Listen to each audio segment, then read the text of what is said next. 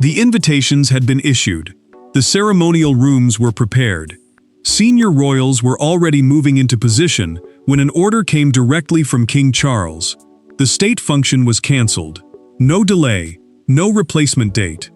Then, before the palace could contain the confusion, a second announcement landed with even greater force. Prince William had been formally confirmed as the sole inheritor and guardian of Diana's private archive. Before we go deeper into what this really means for the royal family, make sure to subscribe so you don't miss a single update. Charles did not raise his voice when the equerry entered, carrying the final guest list. The state function, a formal royal event held to represent the crown before invited guests, was only hours away, yet the king placed one hand over the pages, pushed them aside, and said, "Cancel the function."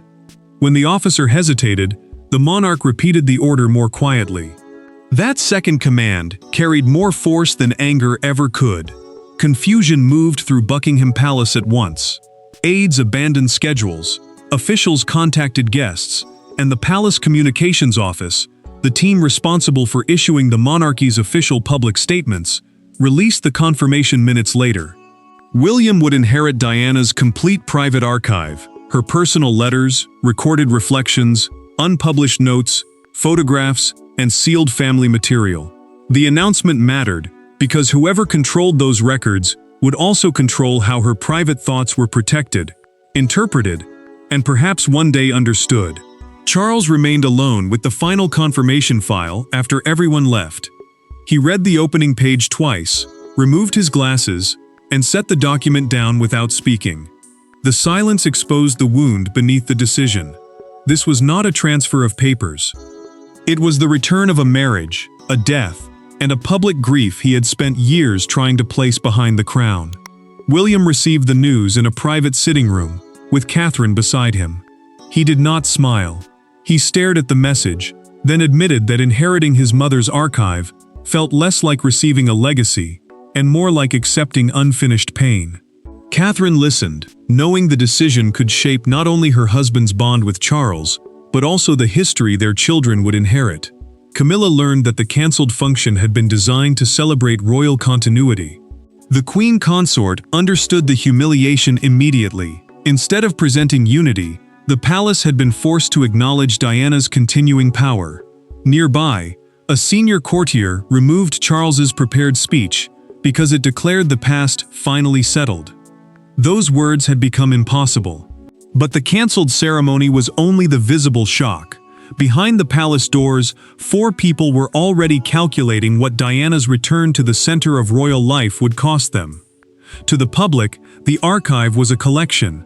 To William, it was his mother's voice waiting behind locked boxes.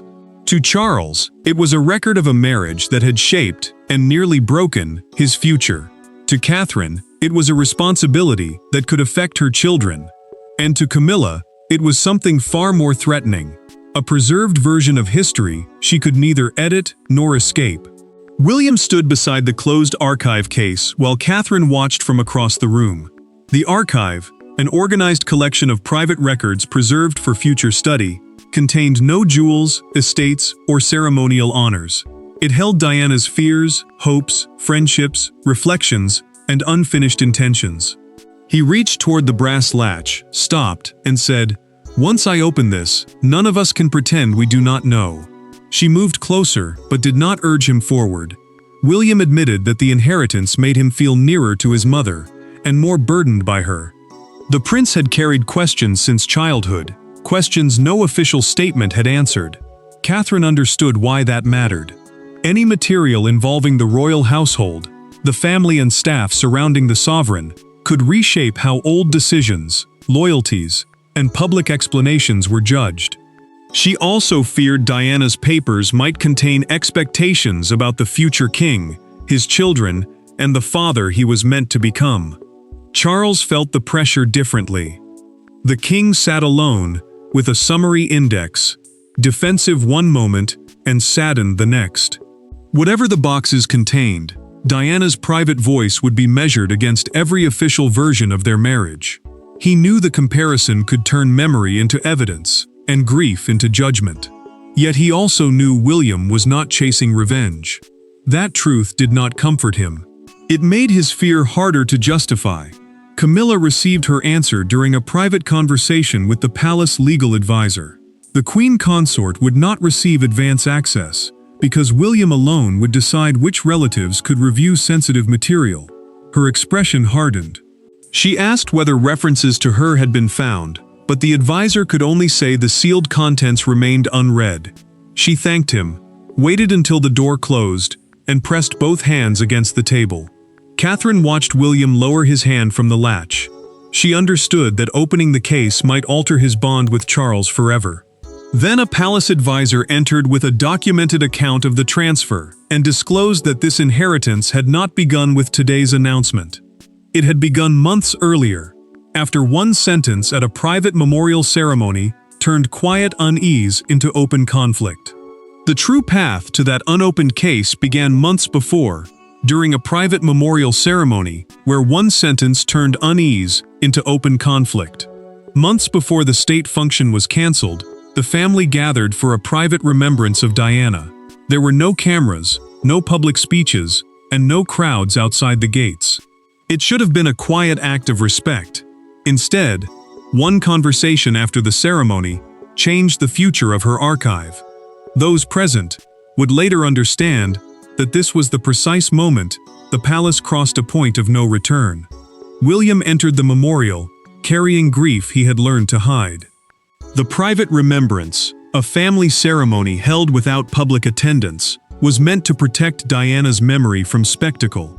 For years, her archive had remained under restricted access, private storage, and legal safeguards, meaning only approved individuals could inspect the material. Charles supported broad royal oversight because he believed the institution had a duty to prevent private pain from becoming public ammunition.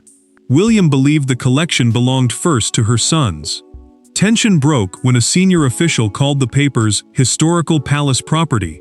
William's face changed at once. He answered that his mother had been a person before she became a chapter in royal history. Charles heard more than grief in those words. The king heard a challenge to his judgment, his authority, and the version of the past he had spent years protecting. Charles asked whether his son truly believed he would mishandle Diana's memory. William paused, knowing reassurance would preserve peace, but betray the truth. The prince said he feared any system built to defend the crown might silence the woman behind the title. That answer wounded the monarch, because it suggested the institution he served could not be trusted with the person they had both lost. Silence followed them into the small library at Kensington Palace. William closed the door and produced a recorded legal instruction, a preserved statement intended to guide how personal property should later be controlled. He played Diana's voice. She said her private archive should ultimately be protected by her eldest son, who would understand what must remain personal and what must one day be known. Charles listened without interruption.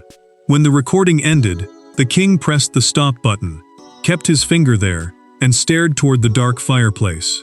"You came prepared to take this from me," he said. William did not retreat. "No, I came prepared to protect what she left." That recording forced the palace to reopen every custody arrangement surrounding the archive.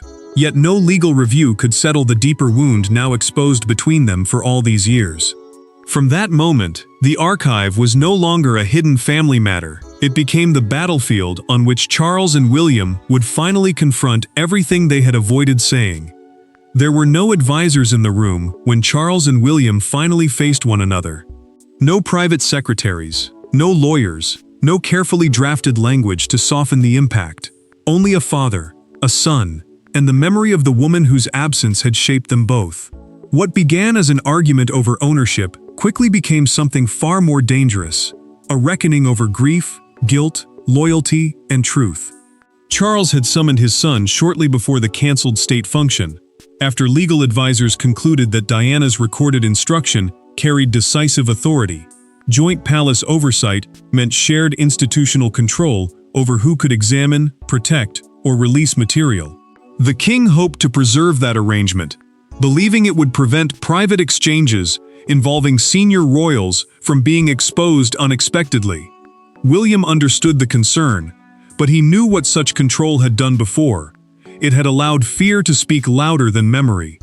William told his father that he did not intend to weaponize the archive. The prince said he wanted protection, not revenge, yet he refused to let embarrassment decide which parts of Diana's life could survive. Charles stiffened. He accused his son of judging events he had been too young to understand. The answer came without hesitation. Being young did not stop me from living through the consequences. Charles rose suddenly from his chair, but William remained seated. The king asked whether his son intended to publish private pain. The prince answered, "I intend to stop others from deciding what her pain meant." Then the monarch admitted what truly frightened him. He believed the archive contained letters from the most fractured years of his marriage, including exchanges that could undo decades of reconciliation and force the public to judge him only by his worst failures. William reached for the archive index, a list showing what the collection contains without revealing every document. He had not opened each file, but one sealed section carried a title neither man could ignore: Instructions concerning the future conduct of the crown. The future king explained that the crown meant not just a person, but the monarchy as an institution and the duties attached to it. Diana had left more than memories. She may have left a judgment about how power should behave.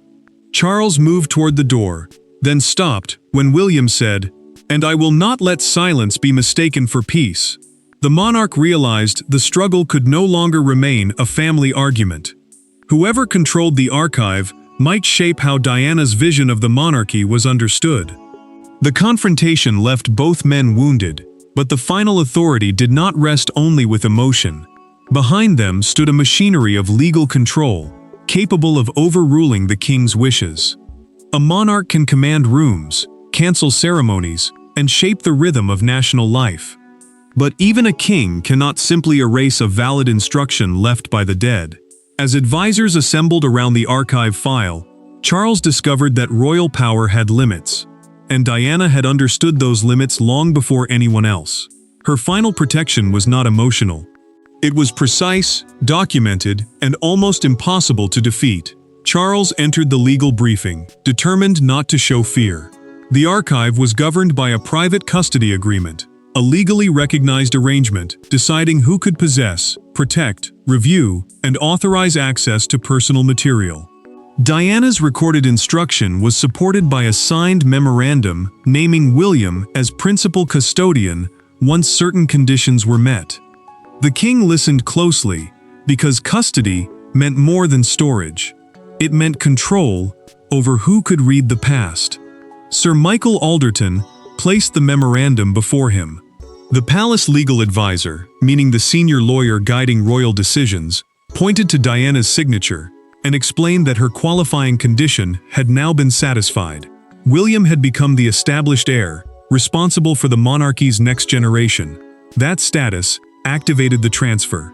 Charles asked whether his position as sovereign gave him any residual authority. Sir Michael paused, then answered with careful respect, "Not over privately designated materials." Charles held his expression steady, but the answer cut deeper than the room understood. He was the monarch, yet this decision belonged to a dead woman and the son they shared. Sir Michael felt the weight of what he was saying. Through a documented legal briefing, he warned that resisting the transfer would cause more damage than accepting it, because any challenge would make the palace appear frightened of Diana's own words. The next clause changed the fear surrounding the archive. William could withhold material indefinitely if disclosure might harm private individuals. The provision meant the collection would not automatically become public, yet protection carried another consequence. Charles and Camilla possessed no guaranteed right to inspect documents concerning them. Sir Michael slid the memorandum closer and touched the signature. Charles studied it, then asked, "There is no discretion?" The advisor lowered his voice. "There is discretion, Your Majesty, but it belongs to the prince." The king closed the folder with both hands and left it untouched. Outside the room, an aide waiting for instructions heard no raised voices, only the scrape of the chair as the monarch stood. That quiet movement carried the force of surrender. He could not intervene. The legal verdict settled ownership, but it did nothing to soften the impact. And when Camilla learned she had no guaranteed access, the first fracture inside the royal household became impossible to hide. Camilla did not learn the full decision from Charles. She learned it from an aide carrying a revised access protocol. Her name was no longer listed among those permitted to review the archive. For several seconds, she said nothing. Then she placed the document on the table with extraordinary care. The gesture was controlled, but the meaning was unmistakable. Diana's private legacy had returned, and Camilla had been placed outside the door. Camilla kept her voice level as the aide explained what had changed. The access protocol, a formal set of rules deciding who may examine protected material, now required every request to pass through William's office. Archive staff received new instructions, security codes were replaced, and previous permissions were suspended. The Queen Consort understood why it mattered. She had not merely lost entry to a room, she had lost any automatic chance to see how Diana had written about her. Charles entered after the aide had gone, already carrying the weight of the cancelled function. The king had stopped the event because appearing beside William and Camilla so soon after the ruling would expose a family fracture before the palace could control it. She told him exclusion made her appear guilty, whatever the archive contained. He answered that the lawful arrangement had to be respected. She heard resignation, not defense. Camilla asked whether William had already discovered references to her. Charles could not answer. The prince had shared no contents, and that uncertainty became more painful than accusation, because imagination filled every silence. She then asked whether her husband had fought the decision. He said he had challenged every available point. She looked toward the closed door and replied, "That was not my question." Charles did not move. Camilla lifted the protocol, folded it once, and placed it inside a drawer. Elsewhere, a speech honoring royal stability was withdrawn. Senior guests received quiet cancellation notices, and palace staff realized this was no scheduling failure. It was a family rupture moving through every corridor. For Charles, silence meant his wife felt abandoned. For Camilla, his restraint proved the crown would protect procedure before her dignity. Neither said it aloud, but both understood that William's next action could calm the household or make their fear permanent. William now stood at the center of that rupture. He could use his authority to defend himself against everyone who feared Diana's words, or he could enter the archive and discover what his mother had actually entrusted to him. The palace had now divided into those who feared the archive and the man required to open it, and William's first private decision would determine whether the inheritance healed old wounds or deepened them. William entered the archive room without lawyers, courtiers, or members of the royal household. Catherine went with him, but even she remained several steps behind as he approached the first sealed box. For years, Diana's memory had been shaped by speeches, headlines, anniversaries, and arguments. Now her son stood before words she had chosen to preserve herself. The moment was not triumphant, it was intimate, painful, and deeply human. William signed the transfer register with a hand that remained steady only through effort. The register, a formal record confirming that custody has legally changed, made him responsible for the archive's security, privacy, preservation, and future use. Catherine stood beside him as his wife, not as a representative of the monarchy. That distinction mattered, because this choice had to begin with trust between two people, not pressure from the institutions surrounding them. For him, accepting the boxes meant accepting responsibility for how his children would one day understand their grandmother, their grandfather, and the crown itself too. William admitted that he feared what Diana had written. The prince wondered whether her private words might expose disappointment in the family, or expectations he could never fulfill. He also feared finding instructions that would place him against Charles forever. Catherine listened, then reminded him that inheritance did not require him to become his mother's unfinished battle. It required him to protect her humanity, without turning grief into revenge. Silence deepened when William lifted the lid. Inside the first box rested a personal letter addressed to him for adulthood. The future king unfolded it slowly and read Diana's recorded message in full. She wrote that love must never become a weapon, even when truth has to be defended. She also asked him to protect Harry, respect his father's humanity, and remember that institutions survive only when the people inside them refuse to lose compassion. William reached the final lines and read them twice. Then he lowered the letter and covered his face with one hand. Catherine moved beside him without speaking. After a long pause, he said, "She did not leave me instructions to punish anyone." The princess answered, "Then you already know what to do." Resolve replaced fear.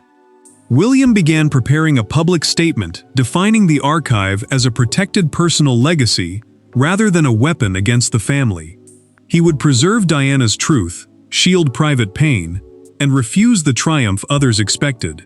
Yet beyond that room, broadcasters were already interrupting programs, crowds were gathering, and the cancelled ceremony had become a national symbol. William had found his answer in Diana's own words, but outside the archive room, the cancelled ceremony and sudden announcement had already ignited a national storm. By evening, the cancelled state function was no longer the main story. Diana's name dominated every broadcast, newspaper site, and public conversation. The archive had transformed from a private collection into a national symbol. Some saw justice, others saw danger. But across Britain, one truth became impossible to ignore. Nearly 3 decades after her death, Diana still possessed the power to stop the monarchy in its tracks. William read the official palace statement before it was released. The statement, a formal announcement issued in the monarch's name, confirmed that he had inherited custody of Diana's archive while promising that the collection would remain protected. Nothing intimate would be released for spectacle. That assurance mattered because the archive contained private family pain, but it also carried historical weight, capable of changing how the public understood the crown. Charles watched the evening coverage alone. Commentators argued over whether the decision strengthened William's independence or exposed a lasting division between the current king and the future one. Then one broadcaster called the cancellation Diana's final victory over palace control. The phrase wounded him because it turned grief into a contest and made reconciliation sound like defeat. He lowered the volume, yet he did not switch the television off. William reacted with anger of a different kind. The prince told his communications team to remove every phrase suggesting triumph, revenge, defeat, or vindication. He would not allow his mother's private legacy to become a weapon against Charles. During a live broadcast, veteran presenter Eleanor March held up the palace statement and said, "This is not the release of Diana's secrets. It is the return of her voice to her son." Her words were replayed through the night, giving the country a gentler meaning than the headlines offered to a deeply painful inheritance. Mourning made the storm impossible to contain. The London Chronicle printed an empty ballroom across its front page beneath the headline, "The function she stopped from beyond the grave." At Kensington Palace, crowds gathered near the memorial gates. One woman left a handwritten card reading, "Let her sons keep what was hers," and strangers began placing white roses beside it. Charles saw the front page before breakfast. William received photographs of the gathering minutes later. Both men understood that the public had already written its own meaning onto the archive. If they remained divided, Diana's memory would become the line separating father from son. If they met honestly, her final message might become the reason that line disappeared. With Britain watching, and Diana's words echoing between them, father and son meet one final time, not to argue over possession, but to decide what kind of family will emerge from it. The final meeting took place without ceremony. Charles arrived first. William carried no files, no legal opinion, and no list of demands. The conflict had already been decided, but its meaning had not. Diana's archive could remain a permanent symbol of bitterness, separating father from son and past from future. Or it could become something neither man expected, the reason they finally stopped defending themselves and began speaking honestly. William spoke with certainty. The archive would remain under independent professional preservation, meaning trained specialists would protect its security and privacy. Intimate family material would stay sealed, while selected records about Diana's public work could later be studied responsibly. The prince said her service deserved understanding, but her private pain did not belong to public appetite. Charles listened without interruption. The king admitted that his first reaction had been fear, not only of what the papers might reveal, but of being judged forever by the worst years of his life. He explained why he cancelled the state function. He could not praise royal continuity while his family was breaking behind closed doors. Performance could not come before truth. William acknowledged that he had carried anger toward his father for years. Yet Diana's letter had changed him. Protecting her memory did not require destroying Charles's dignity, and truth did not demand revenge. The future king placed a copied passage on the table, in which his mother asked him to respect his father's humanity. Charles read the words slowly. When he finished, the monarch placed the page between them and said, "Your mother trusted you with what we could not resolve." William answered, "Then I will not use it to keep us unresolved." The king extended his hand, but his son stepped forward and embraced him instead. The boundary remained firm. William kept custody, Camilla remained outside automatic access, and Charles accepted the decision. Yet the archive became no weapon. It became a moral responsibility that transformed a grieving son into a compassionate future king. The cancelled function exposed a monarchy carrying its past. Diana's voice could no longer be controlled by palace convenience, but truth did not become vengeance. Charles lost authority over the archive and regained honesty with his son. William inherited his mother's history without inheriting her pain unchanged. Diana's archive did not destroy the crown. It forced the crown to become more human once again. The ceremony was cancelled, the archive changed hands, and the battle ended, not with public humiliation, but with a son protecting his mother's truth while refusing to sacrifice his father to it. Thanks for watching. Please don't forget to like and subscribe, and we will see you in next one.